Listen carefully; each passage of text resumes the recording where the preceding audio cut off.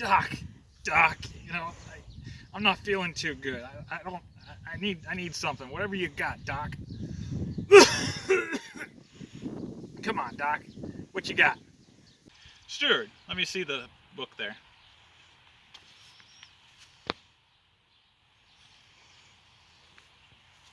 Private, according to my prescription book, this is a pretty common thing with you, especially when you guys have fatigue duty out digging the pits. What do you have to say about that? I don't know what you're talking about, Doc. I'm not feeling too good. But I understand what you're saying. I guess I think I might be able to do all right, Doc. Hey, don't worry, Sarge. I'll be out there. But hey, thanks, Doc. I appreciate it. Greetings. Welcome to Mr. Dyer's Musings. I'm Mr. Dyer. Today we're going to talk about sick call, or at the time it was called surgeon's call.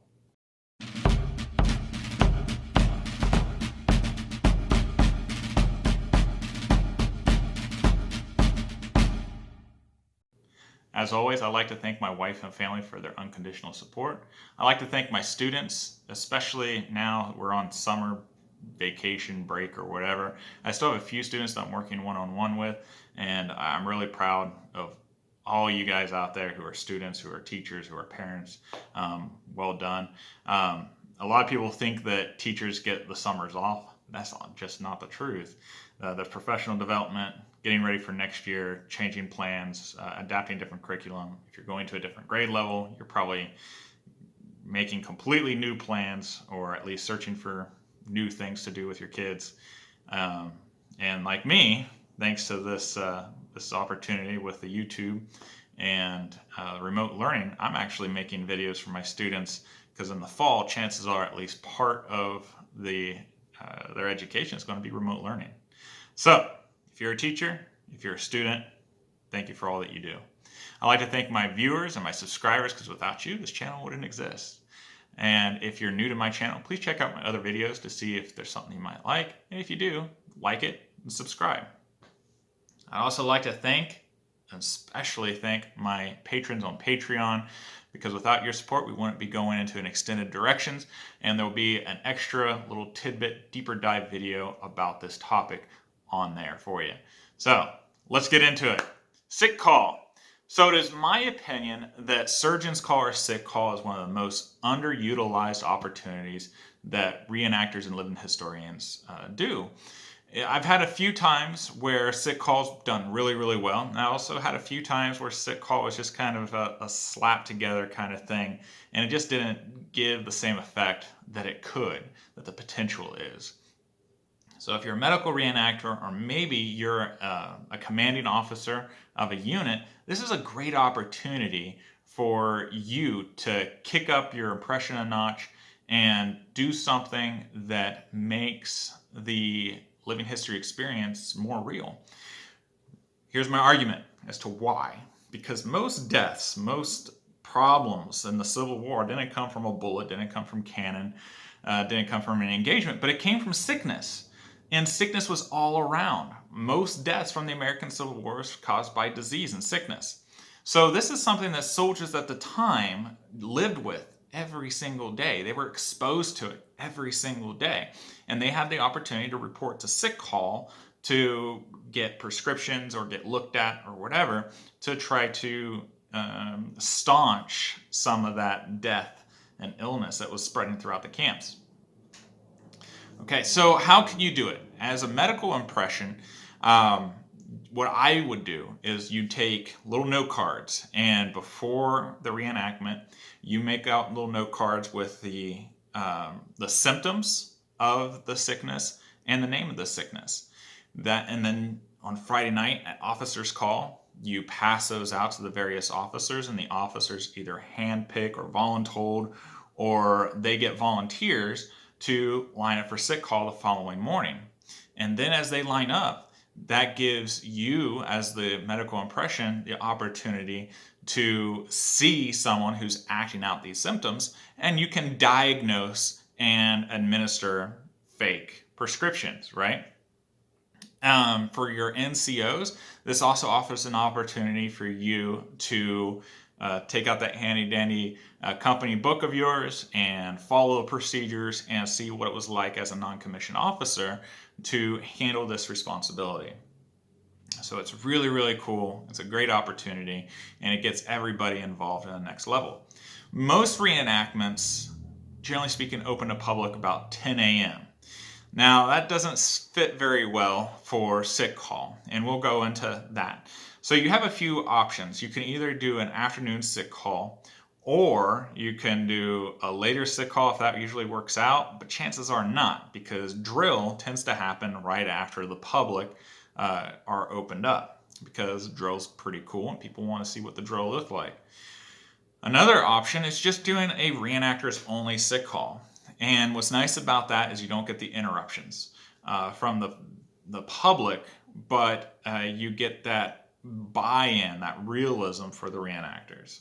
So there's some give and take. You miss out on the opportunity to educate the public if you do it in the morning, but you also get a more realistic experience of doing it with just the living historians or reenactors.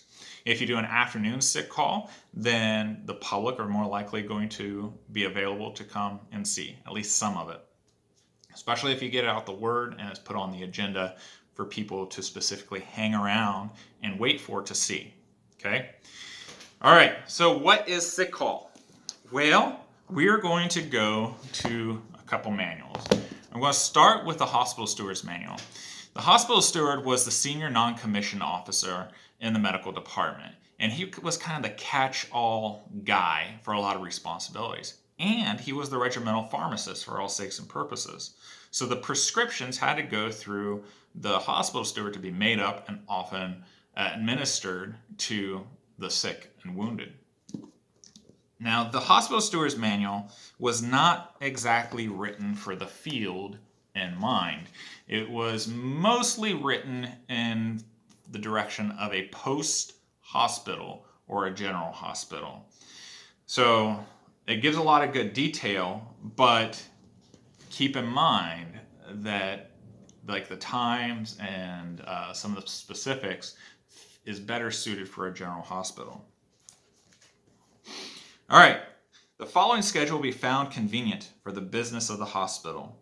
Reveille at 6:30 a.m., breakfast call at 7 a.m., surgeon's call 9 a.m. in winter and 8:30 in the summer. Dinner at 12 noon, surgeon's evening call at 5 p.m., supper at 6 p.m., tattoo and evening roll call 8 p.m., and taps or lights extinguished at 9 p.m. So there's two surgeon's call. The first one on here says it should be at 9 a.m. in the winter and 8:30 in the summer, and this is after breakfast call. And he also talks about the surgeon's evening call, which is at 5 p.m., which is 5 hours past dinner, and right before supper. Supper's at 6. All right, at surgeon's call, the several surgeons proceed at once to visit the wards under their charge, examining each patient carefully and causing the prescription and diet for each to be entered in the prescription and diet book. The prescription and diet book goes to the steward in charge of the dispensary, who puts up the medicines, attaching to each bottle, box, or package a label on which is written the number of the ward and bed, the name of the patient, date of the prescription, with the directions as to dose, time of taking, etc. The chief nurse of each ward should keep a slate on which he should enter opposite the name of each patient the diet allowed, with any specific directions which may be given by the surgeon in individual instances. So there you go. That's his brief explanation of what surgeon's call entail. And the surgeon's evening call, the regular second visits of the surgeon are made to those patients who require it in the same manner as in the morning. So there you go. That is the hospital steward's brief description of what the surgeon's call entailed. Now we're going to go to the handbook for the military surgeon. So this is the handbook for the officers, the surgeon or assistant surgeon. On page 4, at the surgeon's call, the sick, then in the companies, will be conducted to the hospital by the first sergeants, the NCOs, non-commissioned officers, who will each hand to the surgeon in his company book a list of all the sick of the company, on which the surgeon shall state who are to remain or go into hospital, who are to return to quarters as sick or convalescent, what duties the convalescents in quarters are capable of, what cases are feigned or faked, and any other information he may have to communicate to the company commander. Patients in hospital are, if possible, to leave their arms and accoutrements with their companies, and in no case to take ammunition into the hospital. Upon marches, the surgeon's call is usually sounded as soon as the hospital tent, appropriated to the supplies, is pitched and arranged at the close of the day's march, or at the end of the day. At the surgeon's call, a medical officer, to be designated by the surgeon, repairs promptly to the hospital tent to examine and prescribe for the sick. When there are many sick, all the medical officers should attend the surgeon's call. Immediately after the examination of the sick, the morning report of the surgeon is made out and sent to the adjutant's office for the information of the commanding officer. This report is always signed by the senior medical officer, and he is responsible that it is correct. The form for this report is in the appendix. In the field, the senior medical officer of a regiment or a separate command must keep a register of patients, a prescription and diet book, a case book, an order and letter book. The Army forms for these books are appended. Now, those are a lot of books that we should have as medical reenactors. When troops are ordered to move, there will be usually found in the hospital some patients too ill to accompany the regiment. General hospitals are established at some convenient points for the reception of these patients. When men are sent to the general hospital, it is the duty of the captain of the company to which they belong to send accurate descriptive lists of the men with them. Where this duty is neglected, it is impossible for the surgeon in charge of the general hospital to muster them for payment, to take proper care of their clothing, arms, and other effects, or to inform their captains of the result of their cases. Sometimes upon a march, a man becomes too ill to bear further transportation, and it is necessary to leave him in a private hospital or private house. The descriptive list should be left with him, and the care of the person taking charge of the man. It is incumbent upon the medical officer to urge upon the captains the strict fulfillment of this duty. Every consideration of policy and humanity requires it should be done. All right. So we're going to stop there because now we're diving into a little bit different direction. So according to the Handbook for the Military Surgeon, it talks about the non-commissioned officers, the first sergeants of the regiments and the companies. They're the ones that's going to take a list in their company book and they're going to write down the names, and they might make a few notes about what the complaints are of the soldier. Okay, so the non-commissioned officer is going to be the first line of defense for protection of fake illness, right? But ultimately it's going to be the medical officer that makes that solid decision. So the first sergeant then lines up the men who are sick and marches them over to the hospital tent. And there, it is generally speaking going to be the assistant surgeon, attendant, and hospital steward or hospital steward that's going to assist the assistant surgeon in taking down the information we got. All right, if you have any comments, if you have any questions, please leave them. Please like if you haven't done so already. If you like this video, please subscribe and help grow our channel, help out others find this educational journey that we're on and join it with us. If you're new to my channel, check out the other videos, see if you like it. Consider supporting me on Patreon and getting some extra deeper dive information about the various topics that we discuss on this channel. Thank you very much. Give a kiss and hug to your loved ones and take care.